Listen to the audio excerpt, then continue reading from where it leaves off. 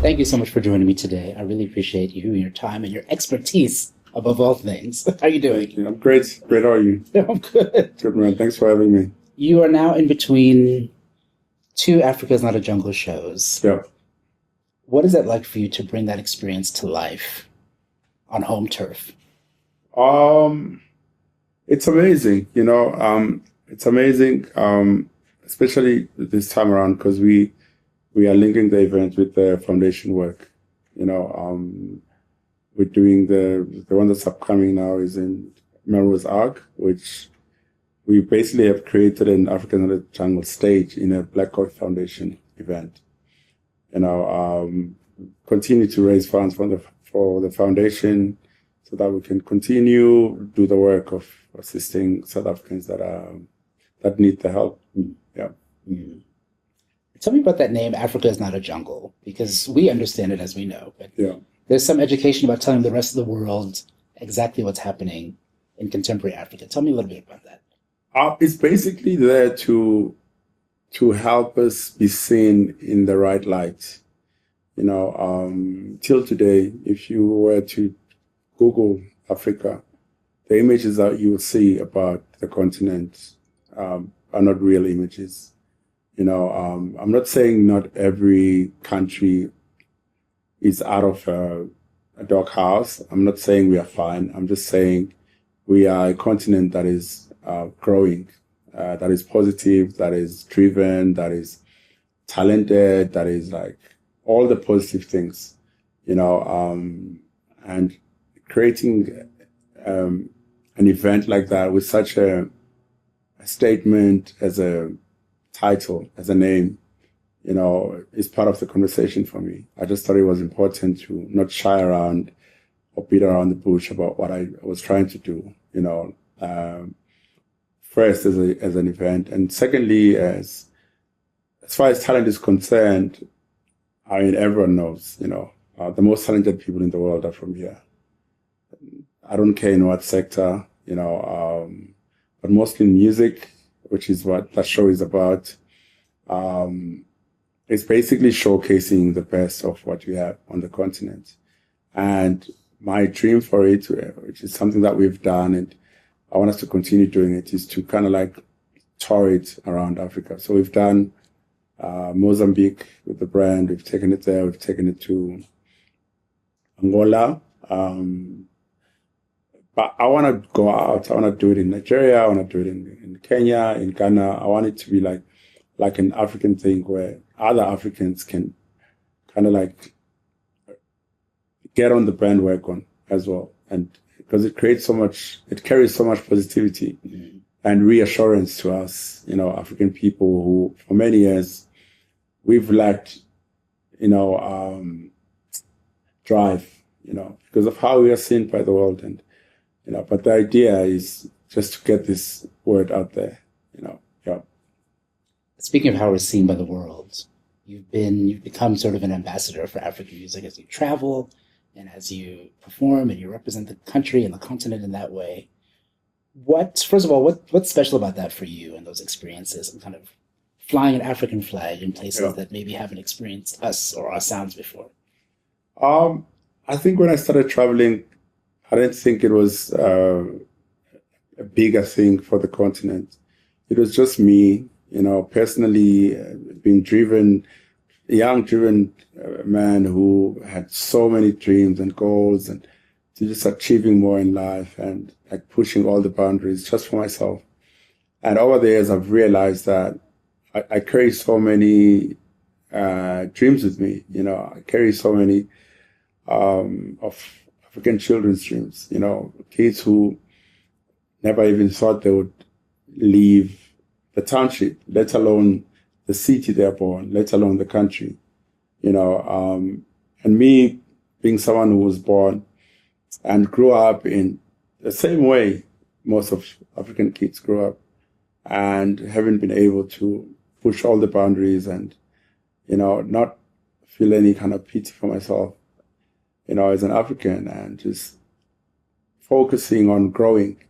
And then I realized that it's bigger than me, and it's a lot of work, it's a lot of pressure, because I'm human at the end of the day, and what it means is then my life becomes a life that is on a microscope, and all the mistakes that I make them publicly, and which is the toughest thing you can experience as a human being, because we all are growing as people, and what makes us grow even more and better is mistakes. You make mistakes and you grow, and you walk and you fall and you get up, but it's hard when everyone is watching, and everyone has an opinion and everyone has a comment about your life. So,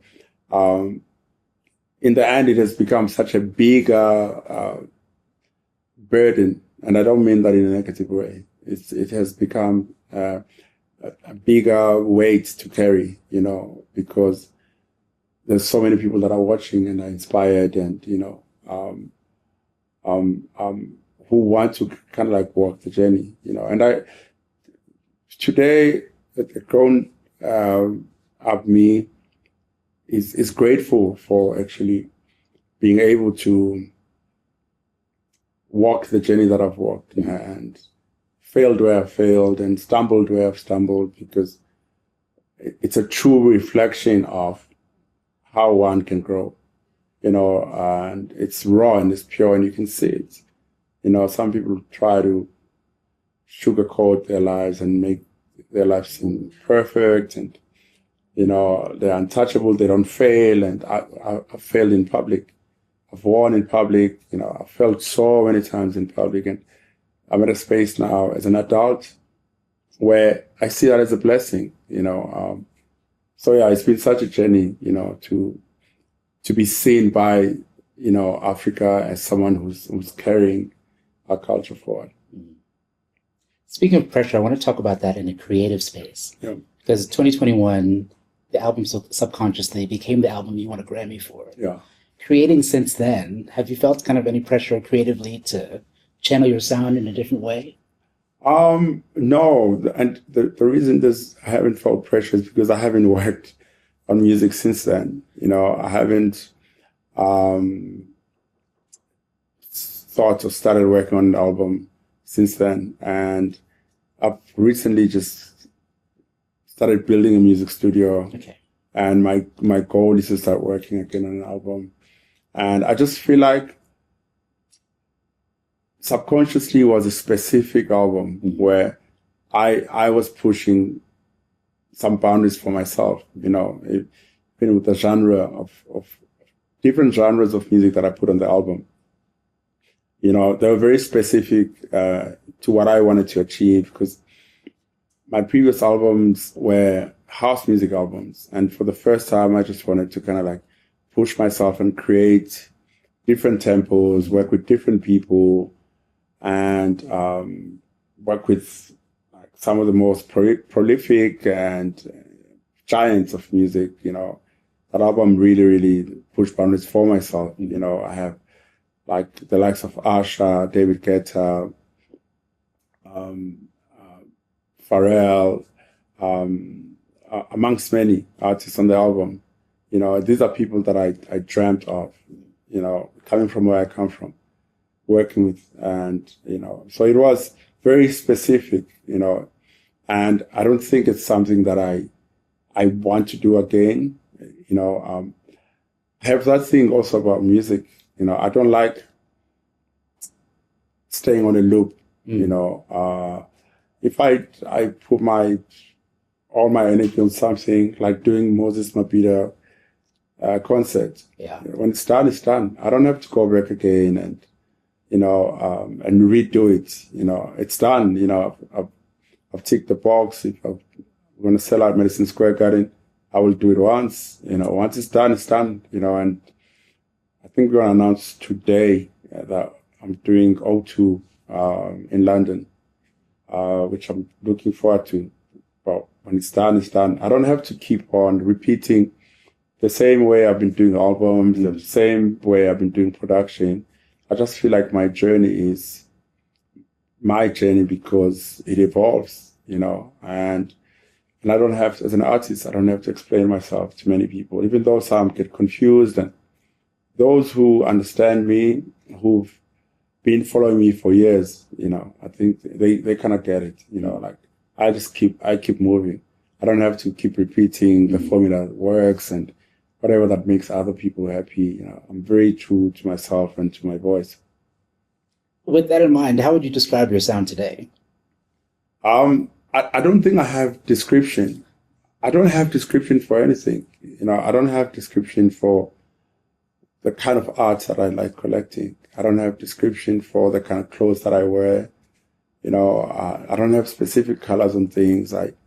I'm just someone who's really open to learn. I'm always a student. I'm always learning. I'm always trying to, figure out how to excel. And I don't think you can, if you're comfortable and you describe and you kind of like lock yourself up in a genre or in a style, So I don't think I have one. I just, even with stuff that I've done and the remixes like that I've done for other people, if you look back, I think the last remix that I did now was for the Do For Love remix, which is a totally different kind of genre of music.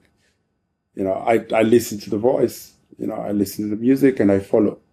I don't have to bend it to fit a Black Coffee sound, So I try not to stay in that space where I am describing myself in a certain way and then I just feel like it wouldn't have the freedom that I want. Yeah. As a scholar of sound and of music, what excites you about African music today? What excites me about our African music is the fact that we haven't even started showing the world what we have. Even our country alone, with so many different cultures, and it's not even about the language. It's just the approach in the sound and the rhythms and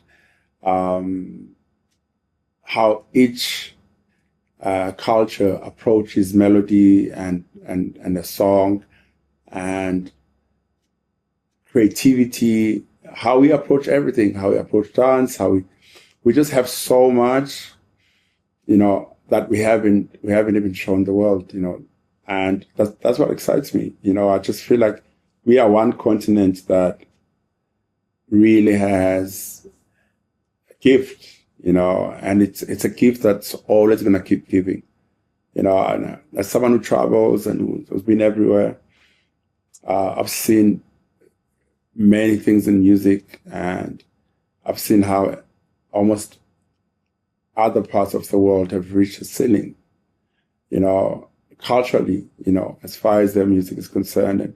And I think about our continent and I think about our country specifically and about how we haven't even started exploring our music, So it excites me very much because we have so much to show the world. Let's talk about Deep in the Bottom of Africa. 10 years since you released that. There's remixes now. Yeah. You've brought on lots of different young talent as well. Talk to me about that project and kind of revisiting that and giving it new life.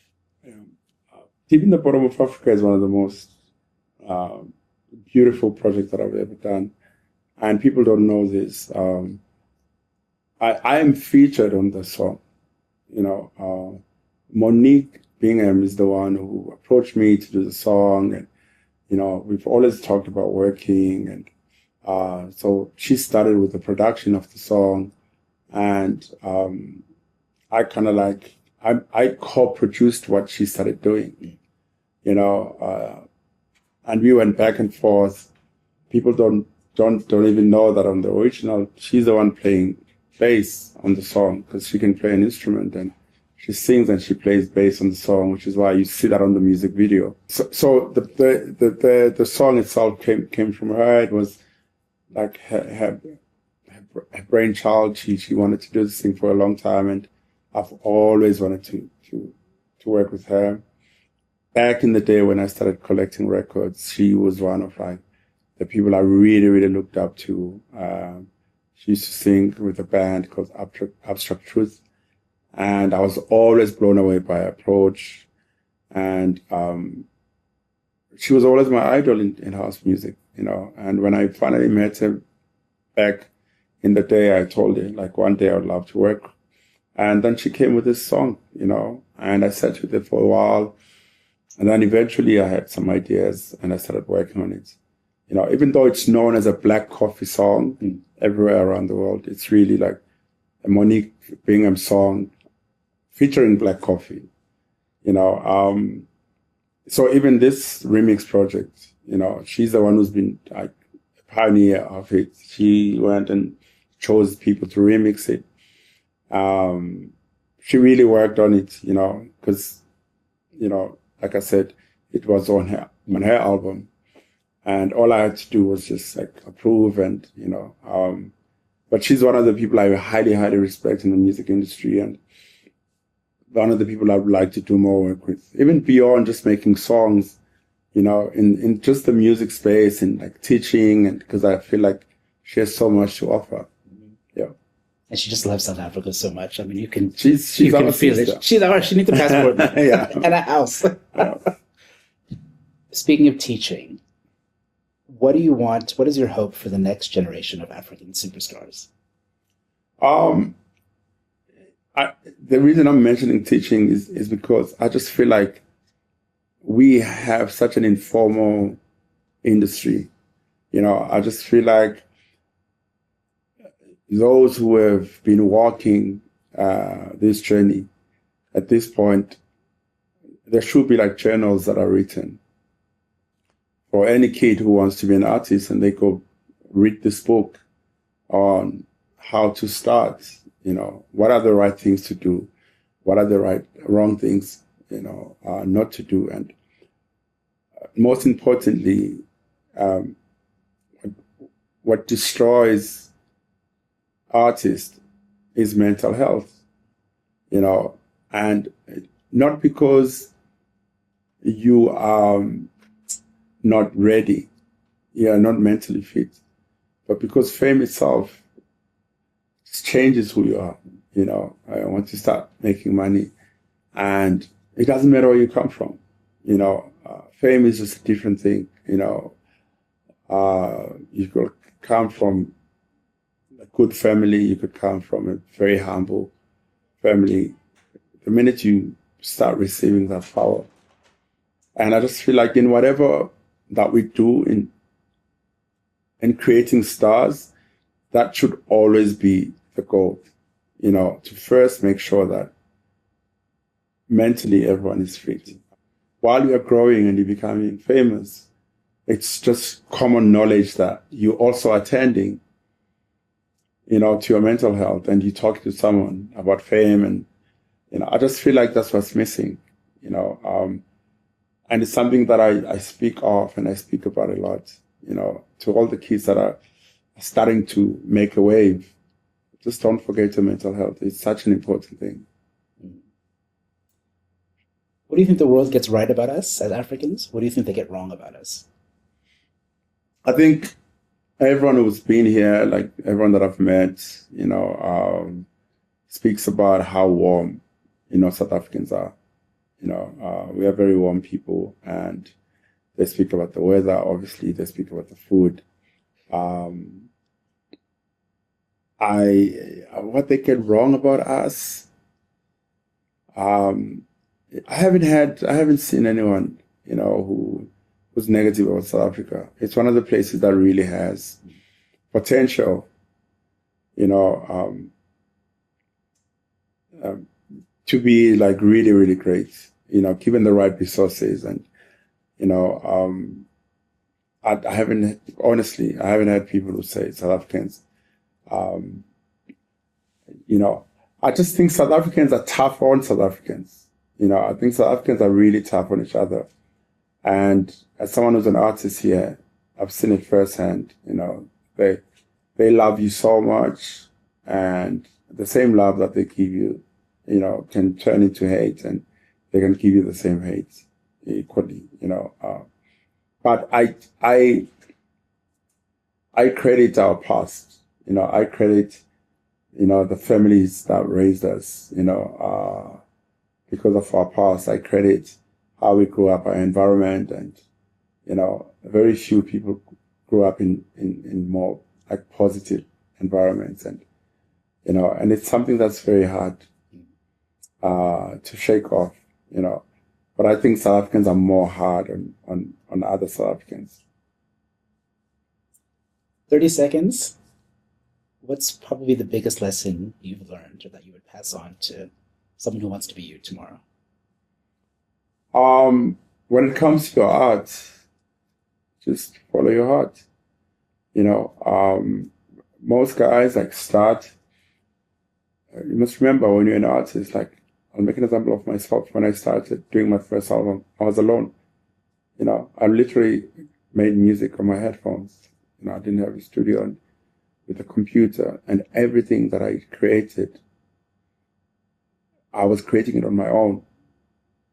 Yes, I'll pay to friends, but I needed no one for approval for the music that I made. And I released an album and everyone loved it. It received an award, and on my second album, people were telling me already what to do. So is my third and my fourth. Even the award I won a Grammy for. I had people saying, nah, it's not the one. And then, so what I would say is, as an artist, just listen, to your voice. Because you're an artist because you have one. And don't allow people to tell you how you should do your art. Do it the way that you receive it. It's your gift. And don't let fans become the artist. Remain an artist and create what you are inspired to create. Amazing. Now give us some promo. Where can we see you next? What's coming next from you? I'm performing on the 29th of November in Merrill's Art, Africa's Not a Jungle. I'm actually performing on Sunday at Temple as well, this coming Sunday. I have some shows in Cape Town. I have Saint in Johannesburg. I'm not sure of the date. It's in December. I have like a couple of like local shows. I usually have a very, very intense summer tour. So when I come back home, I try not to do shows, but I have friends and sometimes I do little favors, like show up there and there. So I don't have a lot of shows when I come back, which is why also Africa's Not a Jungle exists, so that we can kind of like keep that as a homecoming thing. And we do those 2 shows, and then the rest is like just a couple of shows, Something that I've done though is to start another show called the Black Coffee Weekend in Cape Town in February. Last week of February, we have Peggy Goo coming. We had Who Made Who on our first show last year. This is a new property that we're doing in Cape Town, and my purpose with that one is to invite more international DJs to come play in South Africa and just create some sort of a tourism and a destination in February, because most European people are in winter and they need some sunshine. So, I'm creating that event specifically, to kind of like create some sort of tourism. And, I have this couple of shows in Joburg and hopefully, see you there. We'll be there. Thank you. Thank you. Thank you so much. Thank you. Hey, what's up? This is Black Coffee. Big shout out to Billboard Africa.